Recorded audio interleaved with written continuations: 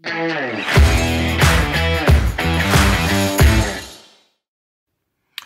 personnage que j'ai choisi pour vous aujourd'hui, c'est celui de Sarah Imenu. En fait, j'ai choisi ce personnage parce que c'est un personnage qui est à la base du peuple juif, puisque Sarah a épousé Avraham Avinu. Et si on s'interroge et on réfléchit un peu sur son histoire personnelle, en fait, on pourrait résumer sa vie sur le premier verset de la Parashat Chaye Sarah, où il est marqué « Vayu Chaye Sarah ». Voici les années de Sarah. On va résumer la vie de Sarah. Mea Shana, elle avait 100 ans. Ve'esrim Shana, elle avait 20 ans. Ve'sheva Shanim, et elle avait 7 ans.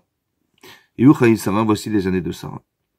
Et Rachid expliquait, évidemment, le Midrash est connu, qu'on a divisé les centaines, les dizaines et les unités d'années par le mot Shana, les années. Pourquoi c'était nécessaire de diviser ces années? En fait, on se rend compte que Sarah, en fait, elle avait 3 âges. Elle avait 100 ans, elle avait 20 ans, et elle avait 7 ans. Pourquoi nous dire ces 3 âges? Et Rachid expliquait qu'elle était, c'était une femme exemplaire en termes de tzidkout. En fait, elle avait, quand elle avait 100 ans, elle avait 20 ans. Vous savez qu'on est jugé dans le ciel à partir de l'âge de 20 ans. Sur la terre, on est jugé à partir de l'âge de 13 ans, mais dans le ciel, on est jugé à partir de l'âge de 20 ans. Et elle était tzadéket, c'était une femme sans faute, dit Rachid, à l'âge de 100 ans comme elle était à l'âge de 20 ans. Et elle était belle, à l'âge de 20, comme à l'âge de 7. Alors on a du mal à s'imaginer comment une femme, elle peut être belle à 20 comme à 7. On a l'impression que dans le Rashi on s'est trompé, on a dû inverser les âges. En fait, une femme est beaucoup plus belle à 20 qu'à 7 ans, évidemment. On n'épouse pas sa femme lorsqu'elle a une tête de 7 ans, mais plutôt quand elle a une tête de 20 ans. Et là, ici, on voit que c'est écrit l'inverse. Alors, de quelle beauté il s'agit? En fait, on a du mal à comprendre de quelle beauté il s'agit. Alors, en fait, on va se rendre compte qu'il y a une beauté qui ne s'explique pas. La beauté qui ne s'explique pas, c'est la beauté de l'enfant, la beauté du bébé, du petit bébé. Par exemple, vous avez un petit bébé, n'importe quel bébé qui soit, vous êtes attiré par lui sans explication. Je veux dire, on a envie de le croquer, on a envie de le prendre dans ses bras, on a envie de l'aimer, et ça c'est inexplicable. Je veux dire, sur le plan plastique, il a des petits bourrelets, des gros joues, des petits bras, une grosse tête, un gros ventre, il n'y a rien d'attirant là-dedans. Et pour autant, on est très attiré par ses enfants. Voilà.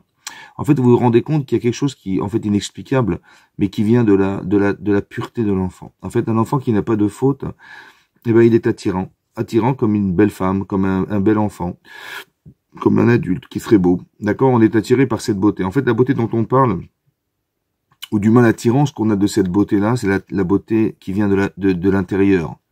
En fait. Et on nous explique que Sarah, elle avait à 20 ans la beauté de celle de 7 ans. Ça veut dire qu'on était attiré par elle, non pas parce que, c'était une femme très très belle, Sarah, mais il en reste qu'elle était aussi très attirante parce que c'est un aspirateur de spiritualité. Voilà.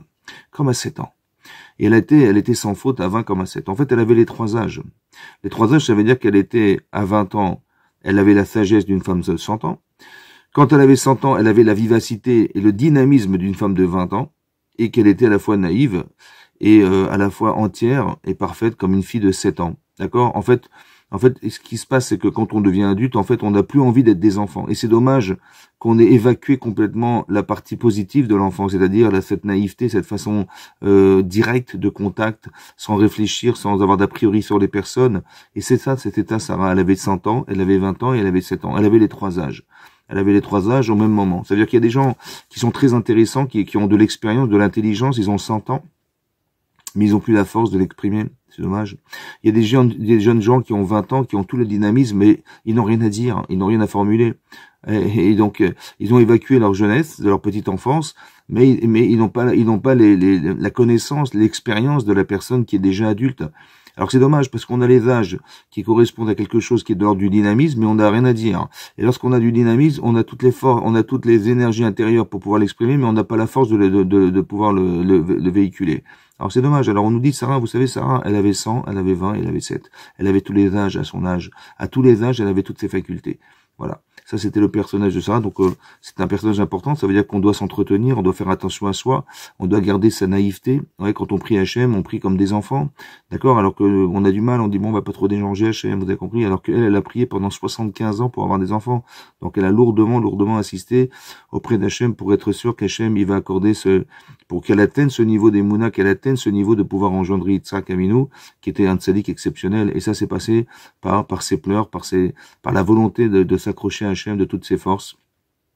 Et ben c'était ça, Sarah. Voilà, c'est un personnage essentiel et donc auquel il faut s'accrocher pour toutes les Sarah, voilà, qui se reconnaissent dans ce personnage et d'être les femmes qui représenteront exactement ce personnage du Klal Israël exemplaire. Merci beaucoup.